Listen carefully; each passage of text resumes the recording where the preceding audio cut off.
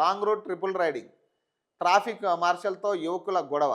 ముగ్గురు యువకులు మద్యం మత్తులో బైక్పై రాంగ్ రూట్లోకి రావడమే కాకుండా ట్రాఫిక్ మార్షల్తో గొడవకు దిగారట. మేము పిఠాపురం ఎమ్మెల్యే తాలూకా అంటూ దురుసుగా ప్రవర్తించారు. ఈ ఘటన శుక్రవారం హైదరాబాద్ రాయదుర్గం పోలీస్ స్టేషన్ పరిధిలో ఇనార్బిట్ మాల్ వద్ద చోటు చేసుకున్నది. ముగ్గురు యువకులు మద్యం మత్తులో ఒకే బైక్పై ఫోన్లో మాట్లాడుతూ రాంగ్ రూట్లో వెళ్తుండగా ట్రాఫిక్ మార్షల్స్ నాగార్జున అడ్డుకుని ఫోటో తీశారు. దీంతో బైక్పై ఉన్న యూట్యూబర్ సాయి అనే యువకుడు తన స్నేహితులతో కలిసి గొడవకు దిగాడు. మేము పిఠాపురం ఎమ్మెల్యే తాలూకా, నేను జనసేన పార్టీ నుంచి కాబోయే మేయర్ అని తెలంగాణ సీఎంపై అసభ్య పదజాలంతో మాట్లాడారని ట్రాఫిక్ మార్షల్స్ తెలిపారు.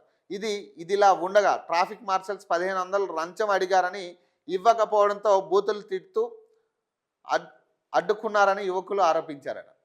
సో ఈడ విషయం ఒకటే. ఇప్పుడు ఆయన నాకు తెలిసి ఆ వీడియో మొత్తం నేను చూసిన.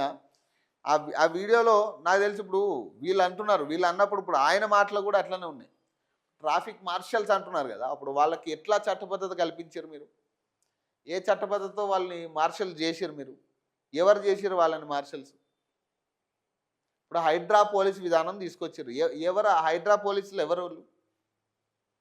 ఇప్పుడు హైడ్రా పోలీసులు ఎవరు వాళ్ళు? ఏ చట్టం ప్రకారం మీరు హైడ్రా పోలీసులు పెట్టిరు? వాళ్ళకి ఏం రైట్స్ ఉన్నాయి? ఇప్పుడు మీరు ఎగ్జామ్స్ రాసి ఎన్నికైన కానిస్టేబుల్కి, ఎస్ఐలకే దిక్కు లేదు, కీసు లాక్కునే హక్కు లేదు.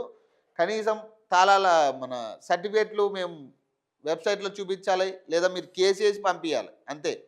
మీరు చలానా కొట్టి పంపించడం మీ విధానం.